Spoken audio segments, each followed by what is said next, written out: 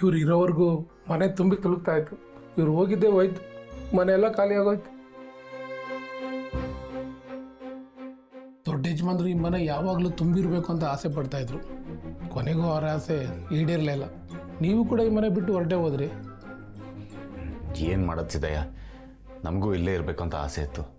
ಆದರೆ ಸಿಚುವೇಶನ್ ಆಗಿರಲಿಲ್ಲ. ನಾವೆಲ್ಲ ಇಲ್ಲಿಂದ ಯಾಕೆ ಹೋದ್ವಿ ಅಂತ ನಿಮಗೂ ಗೊತ್ತಲ್ವಾ? ಗೊತ್ತಿದೆ, ನಾನು ಯಾವುದನ್ನು ಮರ್ತಿಲ್ಲ ದಣಿ.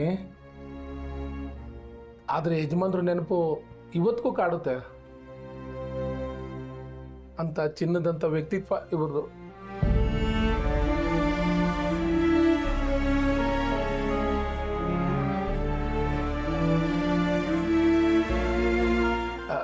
ಸರಿ, ನಾನು ಹೋಗಿ ಇವಾಗ ಅಡುಗೆಗೆ ಸಿದ್ಧತೆ ಮಾಡ್ಕೊಳ್ತಿದ್ದೇನೆ. ಸರಿ ಸಿದ್ದೆ.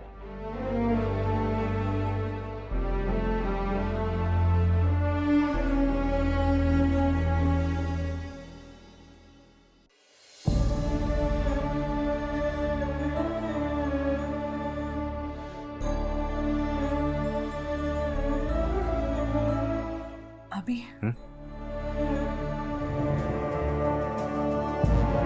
ನೀನು ಒಂಬಪ್ಪರಕ್ಕೆ ಬರಬೇಕು ಅಂತ ಹಠ ಮಾಡಿದೆ. ನಾನು ನಿನ್ನ ಕರ್ಕೊಂಬಂದೆ. ಈಗ ಇದನ್ನೆಲ್ಲ ನೋಡಿ ನನಗೇನು ಅನಿಸ್ತಾ ಇದೆ? ನಿಜ ಹೇಳ ಅಭಿ, ಈ ಮನೇಲಿ ನಿಮ್ಮ ಅಪ್ಪ ಅಮ್ಮ ಅಂದರೆ ನಮ್ಮ ಅತ್ತೆ ಮಾವ ಇದ್ದಿದ್ರೆ ಎಷ್ಟು ಚೆನ್ನಾಗಿರೋದು ಅಂತ ಯೋಚನೆ ಮಾಡ್ತಾ ಇದ್ದೆ.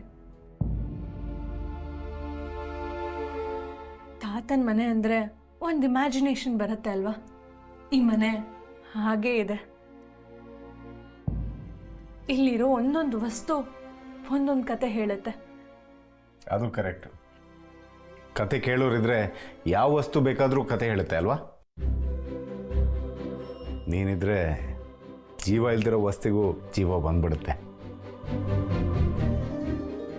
ಆಮೇಲೆ ನಿಂಗೆ ಇನ್ನೊಂದು ವಿಷಯ ಹೇಳ್ಬೇಕು ಶ್ರಾವಣಿ, ಇಲ್ಲಿರೋ ಯಾವ ವಸ್ತುನೂ ನೀನು ಮುಟ್ಟಕ್ಕೆ ಹೋಗ್ಬೇಡ. ಯಾಕೆ? ನೀನು ಅದನ್ನ ಮುಟ್ಟೋದ್ರಿಂದ ಅದಕ್ಕೆ ಜೀವ ಬಂದರೂ ಬಂದ್ಬಿಡ್ಬೋದು.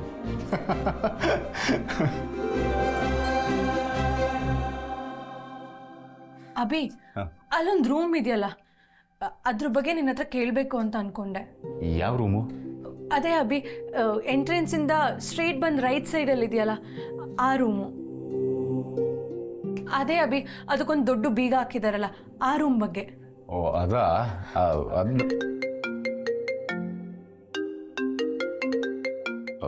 Excuse me.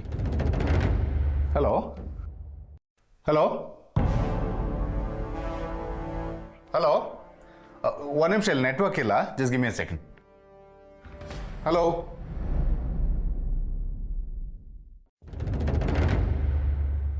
ಚಕ್ರಿ ಅಂಕಲ್ ಹೇಳಿದ್ದು